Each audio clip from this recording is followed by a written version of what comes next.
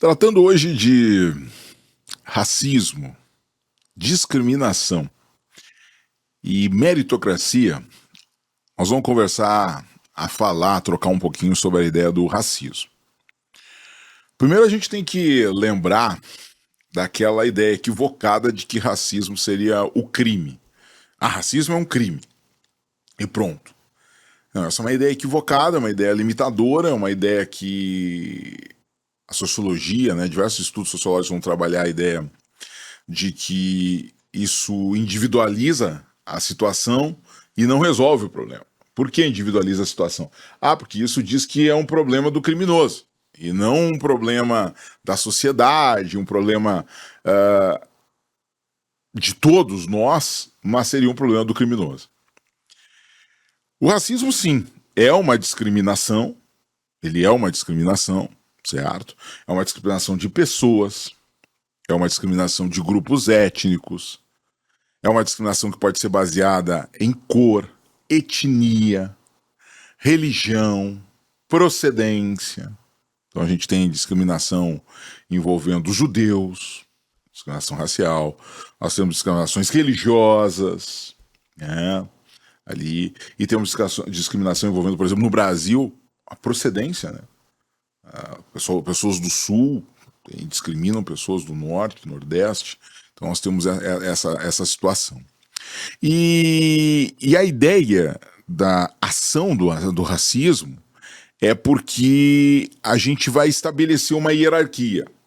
Então, quando a gente está falando dessa construção racismo, nós estamos falando de uma construção social, de um trabalho social que estabelece uma superioridade frente a um grupo.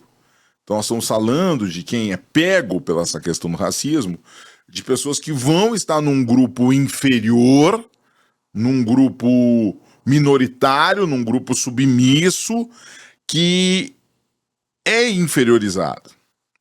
Então a ideia de racismo envolvendo a hierarquia entre raças é algo muito importante e que se destaque, que a gente consegue compreender e que a gente consegue trazer. Então esse é um ponto que não pode fugir. Isso pode ser, a raça pode ser entendida exatamente nessa questão, A gente, inclusive, na nossa série, a gente já falou sobre raça, Falou sobre a discussão, sobre todas as temáticas ligadas à raça.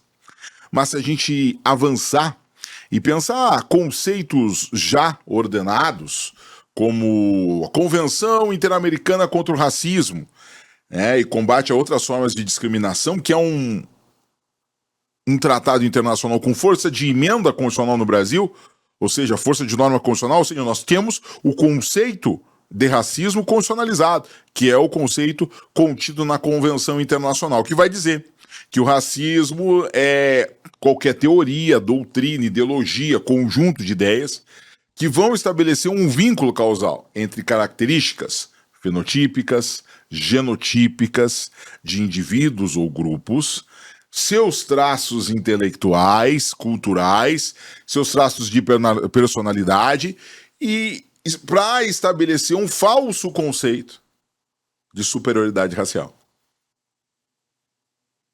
Ou seja, a ideia de estabelecermos a superioridade racial, a superioridade de um grupo sobre o outro, ela é base da construção do racismo. Se a gente pensar o racismo,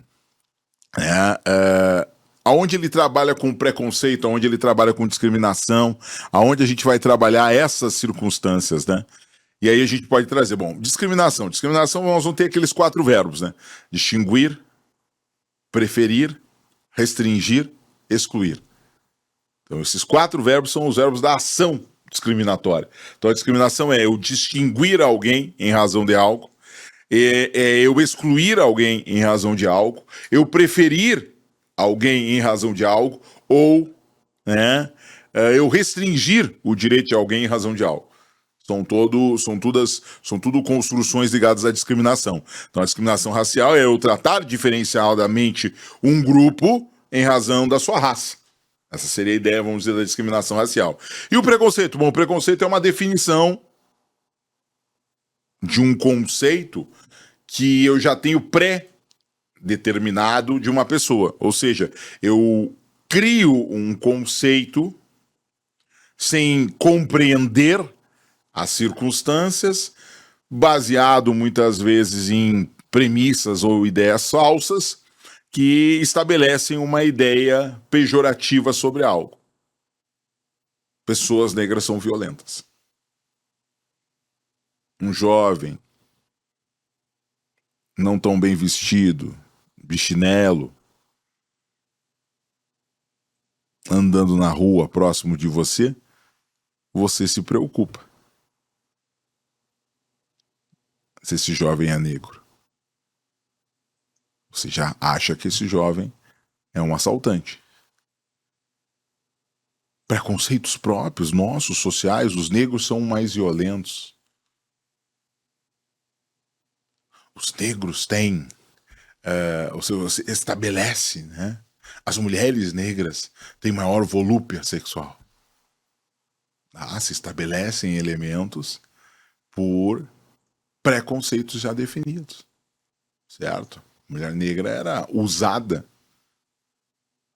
pelos homens brancos, né, na época da escravidão. Então, esse é um ponto a ordenarmos, né? Então, quando a gente tem essa postura de vislumbrar essa questão discriminatória, a ideia de diferenciarmos discriminação de preconceito, estabelecermos isso, é importante a gente também entender que o racismo ele não é algo individualizado ou uma questão criminal, e ele pode se estabelecer de duas formas bastante importantes, né, que a gente tem visto socialmente: a ideia do racismo estrutural e a ideia do racismo institucional. Quando a gente traz a ideia do racismo estrutural, nós estamos falando de uma estrutura, um ambiente, uma ambiência construída a partir de uma perversa, a partir de uma absurda herança discriminatória que nós tivemos da época da escravidão. Nós temos que lembrar que a gente programou uma sociedade durante 300 anos, né? Nós programamos uma sociedade durante 300 anos a discriminar pessoas negras, a utilizar pessoas negras como se fossem bens, patrimônio, coisa. 300 anos. Nós pegamos 1500 que nós chegamos aqui, nós tornamos, né, são quase 400 anos aí. Nós estamos falando de quase 400 anos. Nós tornamos de 1500 até 1800, né, até o final dos anos 1800, né, onde houve a abolição da escravatura, nós trabalhamos mais de 350 anos com a inferiorização das pessoas pretas, negras, com a inferiorização da população indígena brasileira, a sua utilização como coisa, como escravos, como bens.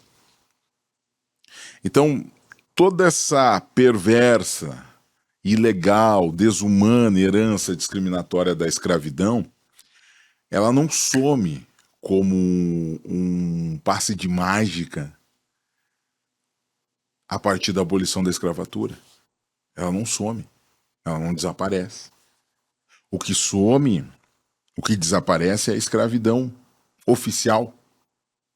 Essa sim, desaparece, é retirada, né, do nosso sistema. Contudo, todavia, entretanto, toda a construção social de superioridade, toda a construção social que estabeleceu que pessoas, no alto de sua razão, que pessoas, no alto do seu discernimento, pudessem achar natural e normal pessoas serem escravizadas, seres humanos serem tratados como coisas. Ou seja, há um conjunto de medidas, a um conjunto de ações que foram utilizados na sociedade para incutir a ideia da inferioridade dos escravos frente aos senhores, às senhoras. E essas ideias não somem do dia para a noite. A abolição da escravatura sem nenhum conjunto de medidas ou ações que viessem a integrar a população negra à sociedade brasileira, sem nenhum tipo de medida de política de assistência social, sem nenhum tipo de medida de inclusão da população negra no mercado de trabalho, sem nenhum tipo de indenização, e com todo aquele aparato que se criou, que se construiu, de discriminação e preconceito para com essas pessoas, para conseguir se reproduzir de forma tranquila no seio da sociedade, a validade jurídica, social da escravidão, é algo que vai repercutir nesses 100 anos sem escravidão que nós temos agora na nossa sociedade. Que estrutura. Ou seja, quando a gente vai falar de um racismo estrutural, nós não estamos falando de uma discriminação isolada, de um ato isolado, de um ato criminoso isolado. Nós estamos falando de um processo histórico que tem situações de desvantagens, de privilégios, de grupos étnicos raciais que são reproduzidos nos âmbitos políticos, econômicos, culturais, sociais e em todas as relações cotidianas. Em todas as relações cotidianas. Então há uma estrutura, certo? A sociedade brasileira, na qual as suas instituições foram criadas, consolidadas a partir de uma visão racista de mundo, uma visão elitista de mundo, tem agora uma população negra para conseguir atender, absorver. E isso não funciona, certo? A gente pode olhar que essa diferenciação, esses preconceitos, essa desigualdade social, ela se reproduz ainda. E isso é efeito exatamente de toda essa programação social que foi feita durante esses quase 400 anos de racismo, de escravidão, e isso é feito exatamente porque nenhuma medida após o fim da escravidão foi realizada. Nenhum pedido de desculpa, nenhum pedido de perdão, nenhuma política pública de inclusão. Muito pelo contrário, se quis marginalizar essas pessoas. Quando essas pessoas deixam de ser escravas, não se faz um programa para empregá-las, para pagar um valor melhor, etc. Não se faz nada disso. Muito pelo contrário, se faz, na verdade, uma política pública de embranquecimento da população, de se trazer imigrantes de diversos lugares do mundo, Japão, Itália, Alemanha, onde essas pessoas estavam com dificuldade, e aqui se propôs dinheiro, terras, não fortunas. Essas pessoas vieram trabalhar, vieram colocar aqui seus esforços, etc., mas vieram com indenizações. O que a população preta que aqui estava, que aqui trabalhou, sem nenhum tipo de remuneração, não recebeu. Então a sociedade brasileira, certo, ela reproduz isso. Se a gente for olhar essa questão, né, da manifestação de um olhar prático, eu peguei uma pesquisa do Instituto Ethos, né, que traz nas 500 maiores empresas do país.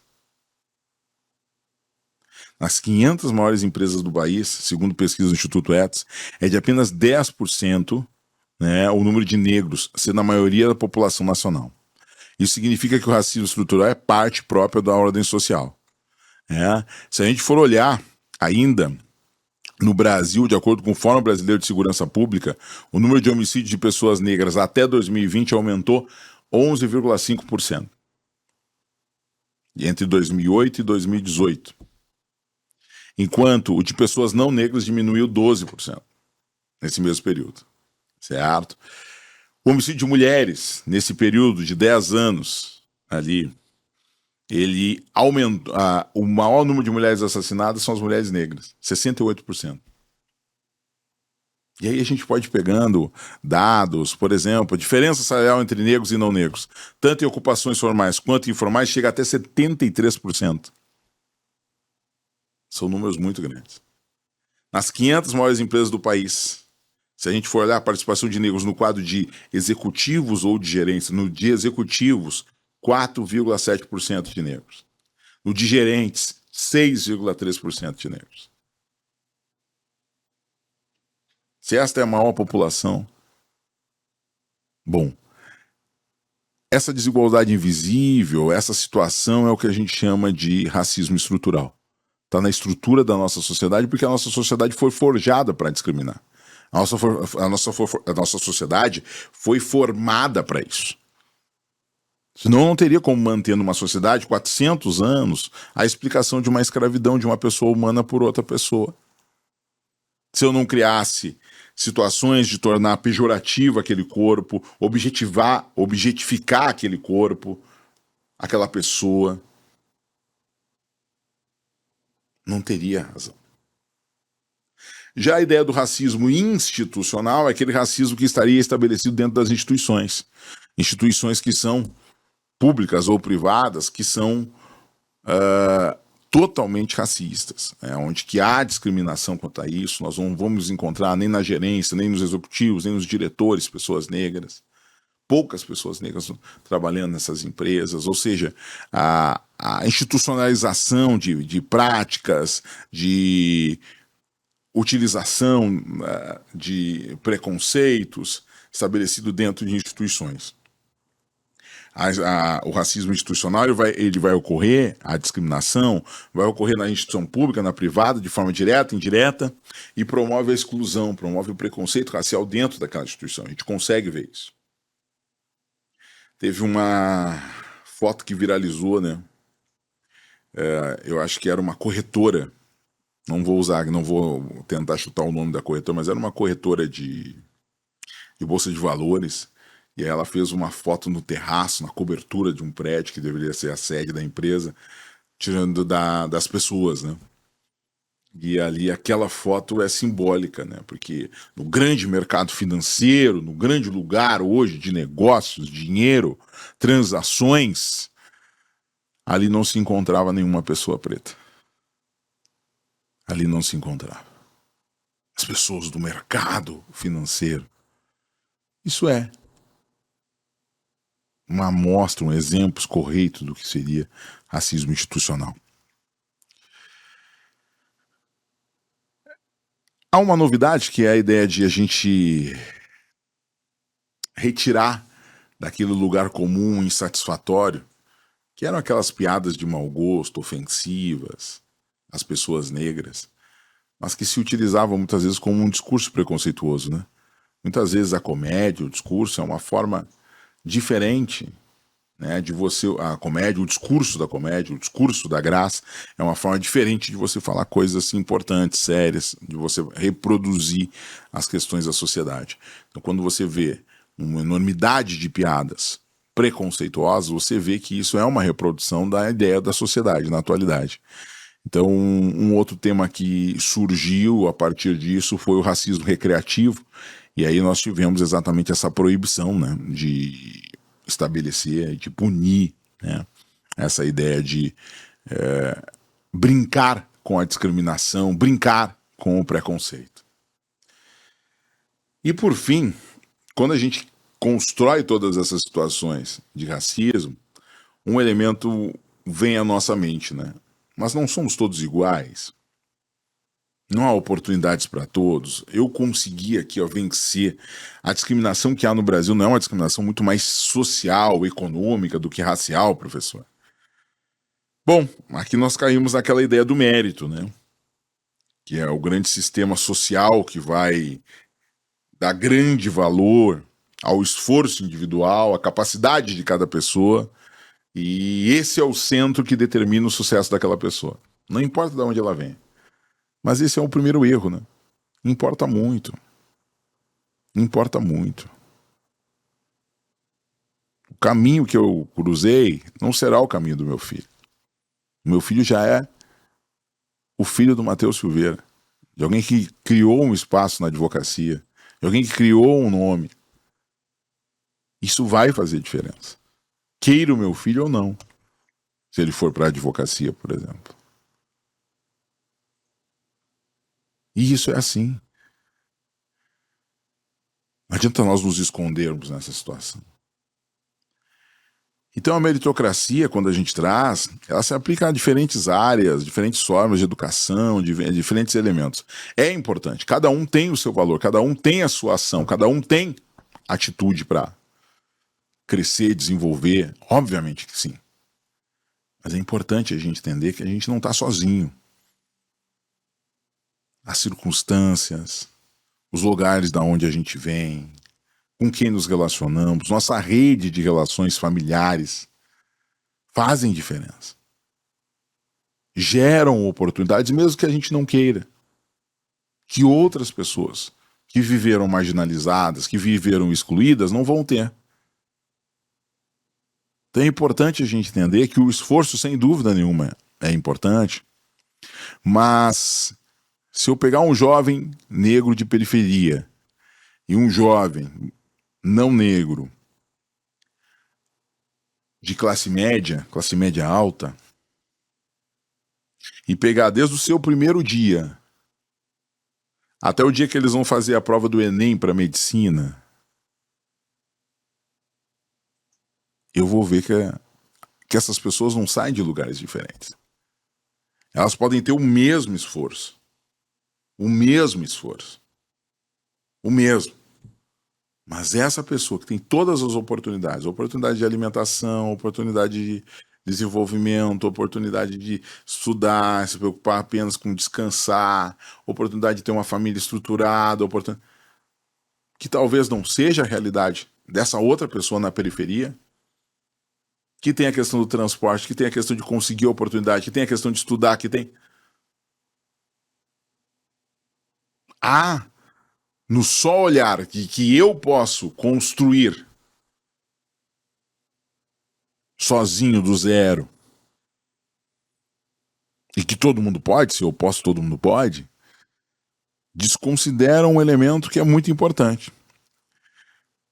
É a gente ignorar os contextos sociais, ignorar os contextos culturais, ignorar as vantagens e desvantagens e dizer, bom, você que saiu da periferia, conseguiu terminar o ensino médio, conseguiu fazer prova para o Enem, quase entrou na medicina, você não tem mérito algum, né? Ou você é um fracassado. Cara, mas a maioria das pessoas na periferia não estudaram, não terminaram o ensino médio. Essa pessoa terminou, tá buscando uma vaga talvez na faculdade de medicina, mas ela é um fracassado. Então essas situações que a gente tem que cuidar, né? A meritocracia está aí. Nossa sociedade é uma sociedade que utiliza muito a meritocracia. Mas é importante a gente não entender a meritocracia de forma isolada. Sim, o nosso esforço faz diferença, sim, o nosso esforço vai gerar muita coisa importante. Estarmos prontos para as oportunidades que vão surgir é sempre importante, porque na minha vida pode ser que uma oportunidade apenas apareça. Na vida de outros pode ser que toda hora apareçam oportunidades. Mas se a pessoa não estiver pronta, não vai adiantar. Então o mérito é importante sim, mas é necessário a gente entender que o mérito não é tudo. De que há necessidade da gente estabelecer igualdade de oportunidades, principalmente para vencer essas estruturas do racismo estrutural, essas questões do racismo estrutural, de racismo institucional, que estão postas na nossa sociedade. Então nós precisamos de normas de igualdade de oportunidades, nós precisamos de ações afirmativas para conseguir, certo, crescermos e desenvolvermos e termos uma nação mais igual, onde todos saiam de lugares completamente diferentes, mas possam alcançar os seus objetivos, possam chegar lá na linha de chegada, certo? Essa foi um bate-papo que eu queria trazer para vocês a respeito desses conceitos: racismo, discriminação, meritocracia, muito mais provocações. Não trago aqui verdades absolutas, muito pelo contrário. Trago aqui diversos conceitos importantes, não nenhum inventado, muito pelo contrário, todos estudados fortemente por mim. e que seja um lugar, que aqui seja um lugar de reflexão, de aprendizado e de troca. Conversem, comentem, tragam para nós, né, as suas colocações, porque a gente está aberto a dialogar. A pluralidade de ideias é algo super importante e o diálogo é sempre essencial. Grande abraço para você e até um próximo encontro, pessoal. Valeu!